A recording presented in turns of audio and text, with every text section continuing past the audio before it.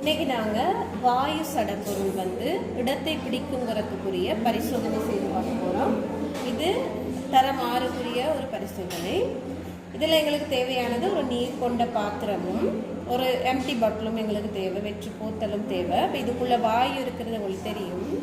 இந்த வாயு இடத்தை பிடிக்குதா இல்லையாங்கிறதுக்குரிய பரிசோதனை தான் இங்கே இருக்குது. ஏன்னா வளிமண்டலம் உள்ள வாயு இதில் அடைக்கப்பட்டு தான் இருக்கும் உங்களுக்கு. இப்போ நாங்கள் இந்த போத்தலை இந்த மாதிரி நேராக அமர்த்தி பார்க்கும்போது உங்களுக்கு தெரியும் போத்தலுக்குள்ள நீர் போகலைங்கிறது. போத்தலுக்குள்ள நீர் போகல, போத்தலுக்குள்ள அடி வரைக்கும் நீர் போகல. பாருங்க, போத்தலுக்குள்ள போத்தலுக்குள்ள நீர் போகல, அது உங்களுக்கு நல்லா தெரியும். போத்தலை ஓரளவு சாய்க்கும் பொழுது வலிக்கு மொழிகள் வெளியில் நீர் உள்ளுக்கு போகிறத நீங்கள் பார்க்கலாம்.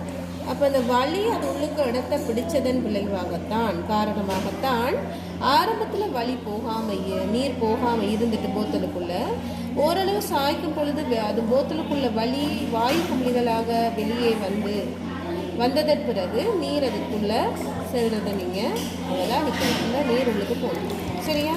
மீண்டும் ஒருக்க செய்யலாம். இவ்வாறு நேரடியாக அமைக்கும் போது வலி இதுக்குள்ள உள்ள வலி இடத்தை பிடிக்கிறதுனால இந்த போத்தலுக்குள்ள நீர் போகாது.